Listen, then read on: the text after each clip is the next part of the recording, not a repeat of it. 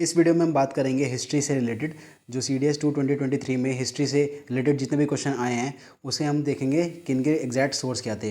Video start करने से पहले मैं बता दूं कि साइंस और ज्योग्राफी का भी हमने एनालिसिस कर दिया, जिसमें हमने एग्जैक्ट सोर्सेज फाइंड किए थे कि UPSC CDS ने क्वेश्चन कहाँ से पूछे थे। अब ये हिस्ट्री में हम करने जा रहे हैं, ठीक है। तो वीडियो स्टार्ट होने से पहले मैं बता देता हूँ, जो हमारे हिस्ट्री है उसमें जो क्वेश्चन आए हैं वो सबसे ज़्यादा आए हैं इन थीम्स NCERT के अंदर से, जिसमें सबसे ज़्यादा थीम्स 2 से क्वेश्चन आए। उसके बाद जो हमारे कुछ रिमेनिंग क्वेश्चन थे वो हमारे इस हाईएस्ट स्टैंडर्ड की बुक है, ये उपेंद्र सिंह, इसके अंदर से आए हैं। और जो हमारी बाकी सारे जो मिसलेनियस क्वेश्चन हैं वो एक आध लूसेंट से आए हैं और एक आध हमारा ये आर्ट एंड कल्चर पार्ट 1 से आए हैं, ठीक है। तो ये जो बुक्स हैं ये इससे रिलेटेड इन बुक से हमारे मैक्सिमम क्वेश्चन आए हैं हिस्ट्री के। और हिस्ट्री से रिलेटेड हमारी क्या स्ट्रैटेजी होनी चाहिए अगले अटेम्प्ट के लिए, वो मैं वीडियो के एंड में डिस्कस करूँगा। सो पहले क्वेश्चन की तरफ बढ़ते हैं। पहले क्वेश्चन की अगर बात करूं तो ये कह रहा है कि which one of the following is the language of the famous political treatise Amuktamalyada. तो इसमें अगर आप थीम्स 2, जैसे मैंने यहाँ पे लिख रखा है, जो थीम की हिस्ट्री बुक है ये 2, ये वाली, इसमें अगर आप जाओ पेज नंबर 173 में तो आप ये वाला पैराग्राफ मिलेगा आपको। यहाँ पे अगर आप पढ़ो, Krishna Deva Raya the most famous ruler of Vijayanagara composed a work on statecraft in Telugu known as Amuktamalyada, ठीक है। तो यहाँ पे जो करेक्ट आंसर होगा वो हमारा तेलुगु, क्योंकि अमुक्त मलयाड़ा की लैंग्वेज पूछी है इसने।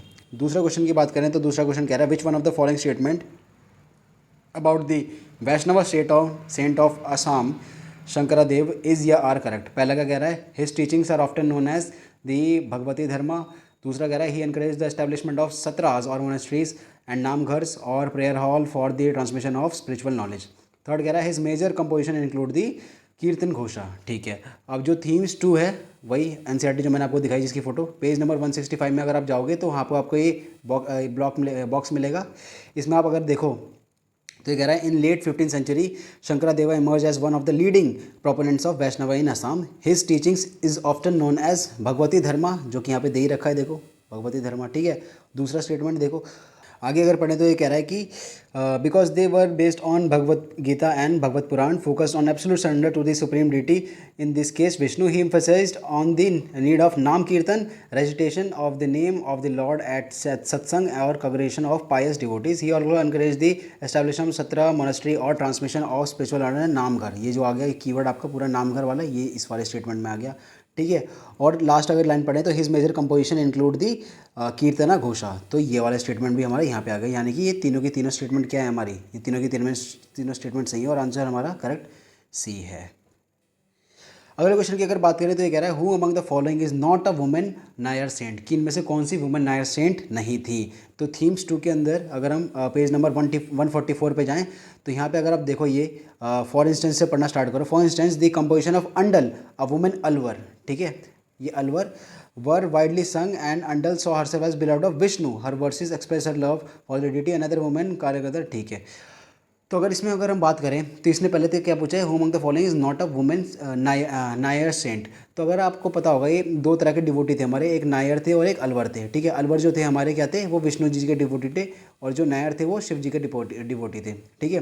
तो इसने पूछा है कि इनमें से नायर सेंट कौन सा नहीं थे। तो जो यहाँ पे अलवर है हमारी, जो हमारी अंडल है, ये सही आंसर होगा। क्यों? क्योंकि जो हमारी अंडल थी वो हमारी अलवर थी, यानी कि लॉर्ड विष्णु के डिवोटी थी। इस वजह से ये वाला जो आंसर है ये इसका सी सही आंसर होगा। तो इस वाले क्वेश्चन को अगर हम पढ़ें, where is the famous Gupta period Deoghar temple situated, ठीक है।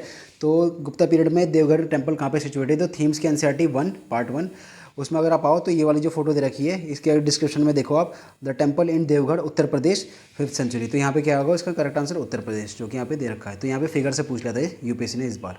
अगला क्वेश्चन कह रहा है कि Abdul Razzaq an ambassador of the ruler Persia was sent to Calicut in the 15th century, he was greatly impressed by what. तो यहाँ पे आप थीम्स के NCERT 2 पेज नंबर 177, ठीक है, उसमें ये फोर्टिफिकेशन वाला पैराग्राफ होगा। यहाँ पे अगर आप ये वाली चीज़ पढ़ोगे जो मैंने हाईलाइट कर रखी है, Abdul Razzaq an ambassador sent by ruler of Persia to Calicut, right, Calicut in the difference was greatly impressed by the fortification and mentioned 7 lines on forts, यानी कि कहाँ क्या, फोर्टिफिकेशन ऑफ कैलीकट, यानी कि option A is the correct answer. अगला question कह रहा है कि consider the following statement with reference to Nataraja bronze sculpture of Chola period, ठीक है। तो पहला का स्टेटमेंट कह रहा है Shiva is shown balancing himself on the right leg representing Tribhuvan, ठीक है। दूसरा कह रहा है कि Shiva is situated raising his left leg in Bhujanga Trasita stance representing kicking away the illusion from the devotees mind. तीसरा कह रहा है कि the main right hand holds the damaru, Shiva's favourite musical instrument. तो ये वाला जो सोर्स है दोस्तों, ये हमें मिला है आर्ट एंड कल्चर की एनसीईआरटी जो क्लास हमारी 11th की है, ठीक है। उसके अंदर हमें उसके अंदर हमें ये सोर्स मिला है। अगर आप यहाँ पे देखो, पढ़ो इस पूरे के पूरे पैराग्राफ को, तो कह रहा है Shiva is associated with the end of the cosmic world with which this dancing position is associated. In this Chola period bronze sculpture, he has been shown balancing himself on his right leg, suppressing the apasma, the demon ignorance or forgetfulness, with the foot of the same leg. At the same time, he raises his left leg in Bhujangra Sintha stance and representing the Tribhuvan. तो यहाँ पे अगर आप देखो, जो हमारा त्रिभुवन है ना, he is representing Tribhuvan through left leg, right? यहाँ पे देखो, at the same time he raises his left leg in Bhujangasira stance and represent the Tribhuvan. तो यहाँ पे इसने जो त्रिभुवन पूछ रखा है वो राइट लेग से रिप्रेजेंट कर रखा है, तो ये जो फर्स्ट वाला ऑप्शन होगा वो गलत होगा, राइट। ये फर्स्ट वाला ऑप्शन गलत होगा। आगे बढ़ते हैं। That is kicking away well और माया और इल्यूजन फ्रॉम डिवोटीज माइंड, ये तो बिल्कुल सही है। Shiva is showing his left leg in the Bhujanga सित्रा stance representing kicking away illusion from devotees mind. Second statement बिल्कुल सही है। थर्ड स्टेटमेंट देखते हैं। His 4 arms are outstretched on the main right and is posed with Abhaya Hasna, a gesture suggesting the upper hand holding his डमरू, his favorite musical instrument on the beat ताला। तो ये third statement भी सही है। इन 2 और 3 सही है, तो जो ऑप्शन सी है वो इसका करेक्ट ऑप्शन है। अगला जो क्वेश्चन है वो दोस्तों, अब यहाँ पे जो अपना हमारे क्वेश्चन रहेंगे ये सारे के सारे पूछे गए हैं कहाँ से, उपेंद्र सिंह से, जो बुक है उससे पूछे गए हैं, जो हमने स्टार्टिंग में देखे थे, ठीक है। और ये वाला जो पूछा गया था ये आर्ट एंड कल्चर से पूछा गया था। तो इसमें देखते हैं, which one of the following statement about the Shvetambara sect of Jainism is not correct. कौन सा नॉट करेक्ट है? पहला कह रहा है it reference to monks who wear white clothes. देखो श्वेतंबरा का श्वेत का मतलब ही होता है संस्कृत में वाइट, ये तो आप वैसे कॉमन सेंस से भी कर सकते थे। बाकी बी का कह रहा है it refers to monk who migrated to south of Vindhyas in 4th century BC। C कह रहा है they recognize the existence of canonical text including 12 Angas. D कह रहा है they believe that women can also attain salvation, ठीक है। तो उपेंद्र सिंह की अगर हम बुक देखें जो कि 1000 पेज की बुक है, उसमें ये वाला जो पैराग्राफ है इसमें आप देख सकते हो। According to Shvetambara on the other hand wearing और not wearing clothes for optional, women can also attain moksha in their life, यानी कि सी स्टेटमेंट डी स्टेटमेंट बिल्कुल करेक्ट है, ठीक है। उसके बाद अगर हम देखें यहाँ पे, तो जो फर्स्ट स्टेटमेंट जो हमारी बी है वो गलत है। क्यों? क्योंकि यहाँ पे 4th century दे रखा है, बट यहाँ पे इस बुक के अकॉर्डिंग 3rd century है। यहाँ पे आप देख सकते हो the Jain monastic order came to be divided into Shvetambara और Digambara school perhaps in about 3rd century, ठीक है। तो जो नॉट करेक्ट पूछा है इसमें, तो जो बी ऑप्शन है वही नॉट करेक्ट होगा, और बी ऑप्शन जो होगा इसका करेक्ट ऑप्शन होगा, ठीक है। और बाकी जो आप बाकी स्टेटमेंट भी आप यहाँ से वो कर सकते हो, कंफर्म कर सकते हो। 12 अंगा की यहाँ पे डिस्क्रिप्शन है, और यहाँ पे भी सी स्टेटमेंट में भी 12 अंगा की बात करी गई है, ठीक है। तो ये भी सही है। तो जो ऑप्शन जो बी है बेसिकली वो गलत है, और वहीं से इसका सही ऑप्शन होगा। 38 क्वेश्चन देखते हैं। ये कह रहा है consider the following statement regarding the Levallois technique, ठीक है। तो इसमें कह रहा है ये कि लेवलॉइस टेक्निक से रिलेटेड बताओ। तो पहला स्टेटमेंट क्या कह रहा है, it refers to making perforated Harappan pottery. दूसरा कह रहा है it refers to making pre historic flake tool. Again वही बुक उपेंद्र सिंह, ये पूरा का पूरा टॉपिक दे रखा है। इसमें देखो the Levallois technique is an advance way of making flake tools, ठीक है, फ्लेक टूल्स। तो यानी कि यहाँ पे ऑप्शन ये सेकंड तो सही है, लेकिन ये हरप्पन में ऐसा कुछ भी नहीं है, यूज़ नहीं हुआ था, ठीक है। तो 1 तो गलत हो जाएगा, तो 1 गलत हो जाएगा तो आप बी को एलिमिनेट कर दो, ठीक है, ए को एलिमिनेट कर दो, ठीक है, और जो 2 होगा केवल वही सही होगा, यानी कि option B is the correct answer. अगला स्टेटमेंट क्या कह रहा है, which one of the following statement is या आर करेक्ट। द पहला क्या कह रहा है, the Bakhshali manuscript written in the Gatha language using the Sharada script deals with topics such as fraction, square root, arithmetic and geometric progression. दूसरा क्या कह रहा है, in the field of geometry Aryabhata describe the various properties of circle giving a very accurate value of pi correct to 4 decimal places at 3.1416। अगला कह रहा है, Sharangdhara Samhita is the most important text on political system of ancient India. तो दोस्तों इसकी अगर बात करें ना, तो यहाँ पे आप देख सकते हो वही बुक उपेंद्र सिंह, उसमें ये वाली चीज़ दे रखी है। आप ये वाला पैराग्राफ पढ़ो। द भक्तशाली मैन्यूस्क्रिप्ट रिटन इन गाथा language a refined version of old Prakrit and the Sharda script. It may contain around the 3rd and 4th century. The manuscript is not only extant work which gives comprehensive account on the mathematical concept prevalent at the time. It discuss topics such as fraction, square root, arithmetic, geometric progression, simple equation. पहली statement बिल्कुल correct है, ठीक है। अब दूसरा क्या करते हैं, अब ये अलग पेज से पूछा गया है, हालांकि सेम बुक है।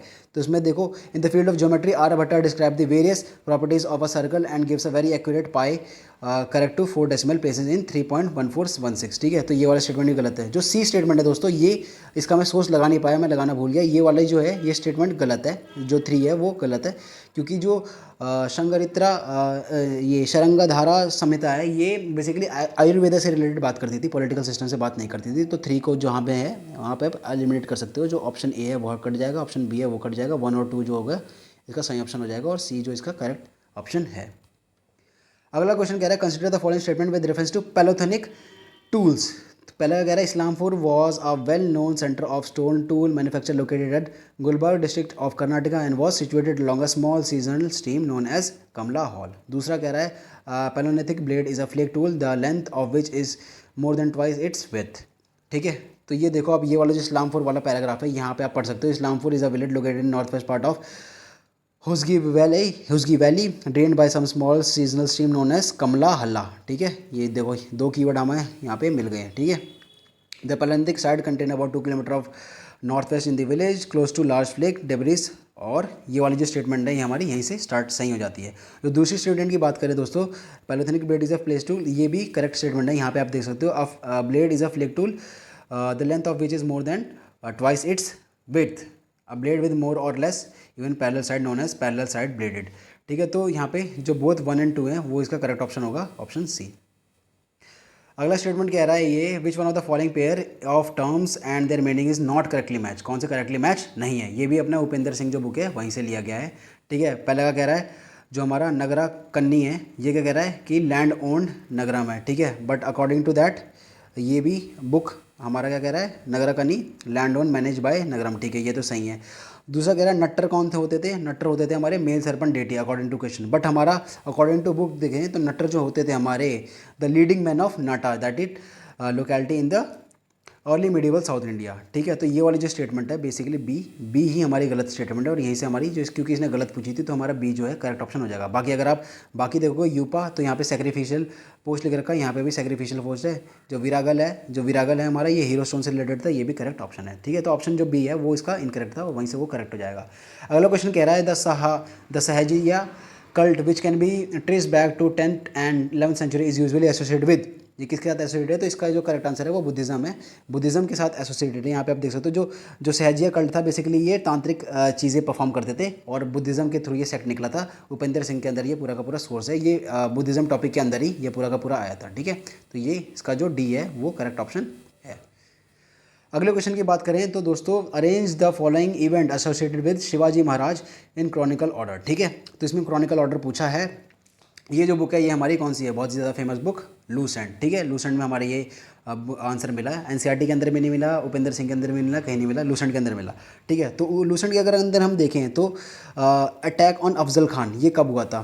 ठीक है, अटैक ऑफ अफजल खान अगर हम देखें यहाँ पे, अब यहाँ से अभी आप ये ऑप्शन छोड़ दो, आप यहाँ पे ही पढ़ लो, तो यहीं पे क्रोनोलॉजिकल ऑर्डर से दे रखा है। सबसे पहले हमारा क्या हुआ था, देखो तुरान का जो किला था इन्होंने सबसे पहले ये कैप्चर किया था। ठीक है, तो तुरान का किला हमारा सबसे पहले कैप्चर किया था, जो 2 है वो फर्स्ट पे आना चाहिए। ठीक है, उसके बाद अफजल खान की मृत्यु इन्होंने करी थी, अफजल खान को मारा था इन्होंने। ठीक है, उसके बाद जो शहशाह खान था उसे मारा था। ठीक है, तो तुरान, अफजल खान और शहशाह खान ये ऑर्डर में होने चाहिए, यानी कि तुरान है हमारा ऑप्शन नंबर 2, अफजल खान है हमारा ऑप्शन नंबर 1 और शहशाह खान है ऑप्शन नंबर 3। तो 2, 1, 3 हमारे कॉम्बिनेशन के अंदर आना चाहिए। ठीक है, 2, 1, 3 हमारे कॉम्बिनेशन के अंदर कहाँ आ रहा है, ऑप्शन बी के अंदर, और यही इसका करेक्ट आंसर है। जो ऑप्शन 4 है दोस्तों, ये स्टेटमेंट 4 ये मेरे को कहीं मिला नहीं है, बट एलिमिनेशन मेथड के थ्रू ये बी ही इसका करेक्ट ऑप्शन आ रहा है।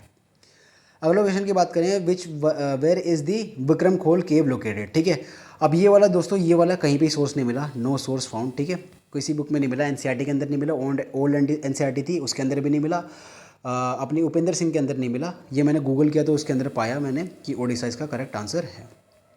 और जो अगला क्वेश्चन है ये भी दोस्तों मैंने गूगल के थ्रू ही पाया, क्योंकि ये भी किसी सोर्स से नहीं मिला मेरे को। Who was the author of Gwalior प्रशस्ति ऑफ मिहिरा भोजा, तो इसका जो करेक्ट आंसर है वो है नागभट्टा। ठीक है, ये इसका करेक्ट आंसर है। अगला क्वेश्चन जो है दोस्तों इसका मेरे को आंसर ही नहीं मिला। जो दूसरे यूट्यूब चैनल देखे दोस्तों मैंने जिसमें इसके आंसर्स बता रखे हैं उसमें मेरे को रिलेवेंट लगा नहीं उनका आंसर। क्यों, क्योंकि मैंने इसके जब सोर्सेज ढूंढने चाहे तो मेरे को कहीं पे सोर्सेज इसके मिले नहीं हैं, इस वजह से मैं इसका आंसर आपको नहीं बता पाऊंगा। तो इस वाले का आंसर मेरे को नहीं पता। ठीक है, जो अगला क्वेश्चन है which one of the following dynasties of south India issued their document first in Prakrit and later in Sanskrit. इसका कुछ लोग बोल रहे हैं कि पल्लवा है, बट अगेन मेरे को कोई सोर्स मिला नहीं है तो मैं क्लेम कर नहीं सकता। ठीक है, अगला जो क्वेश्चन है, which one of the following statement is are correct, ये वाला का भी मेरे को कोई सोर्स नहीं मिला है, ठीक है।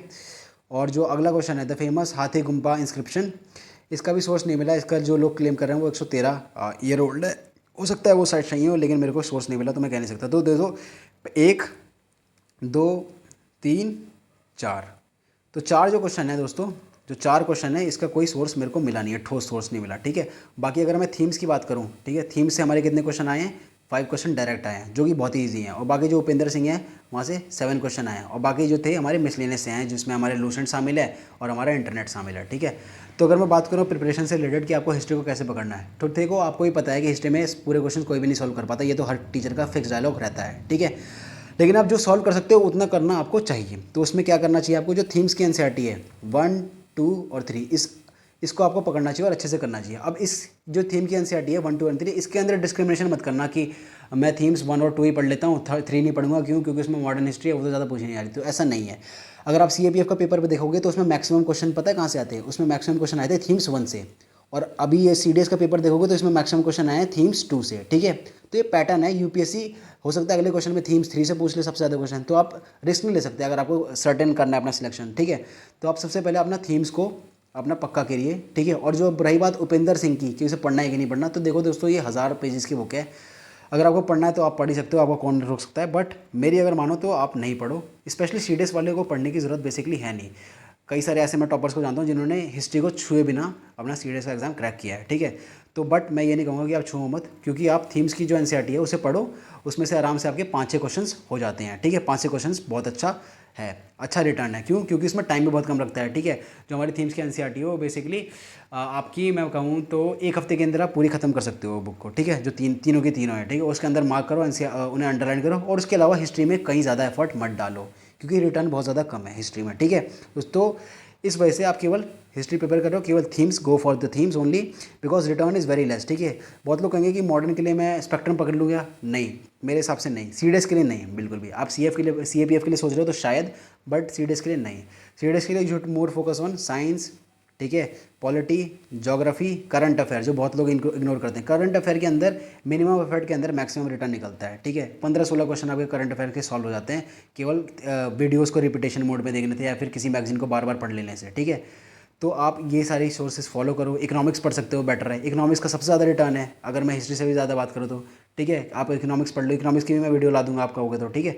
तो हिस्ट्री का क्या स्ट्रैटेजी है हमारी, हिस्ट्री की सिंपल स्ट्रैटेजी है, आपको थीम्स पढ़नी है बार बार, उसके अलावा कुछ नहीं पढ़ना है according to me. So this was all about this video. इसके अंदर हमने हिस्ट्री के भी एनालिसिस कर लिए। जाने से पहले बताता हूँ, अगर आपने ज्योग्राफी और साइंस की एनालिसिस नहीं देखी है तो प्लीज़ देख लेना, इसका जो लिंक है मैं डिस्क्रिप्शन में दे दूँगा, बाकी आप हमारे प्रोफाइल में भी देख सकते हो। तो guys this was all about this video, you can like this video, share this video, till then Jai Hind, जय भारत।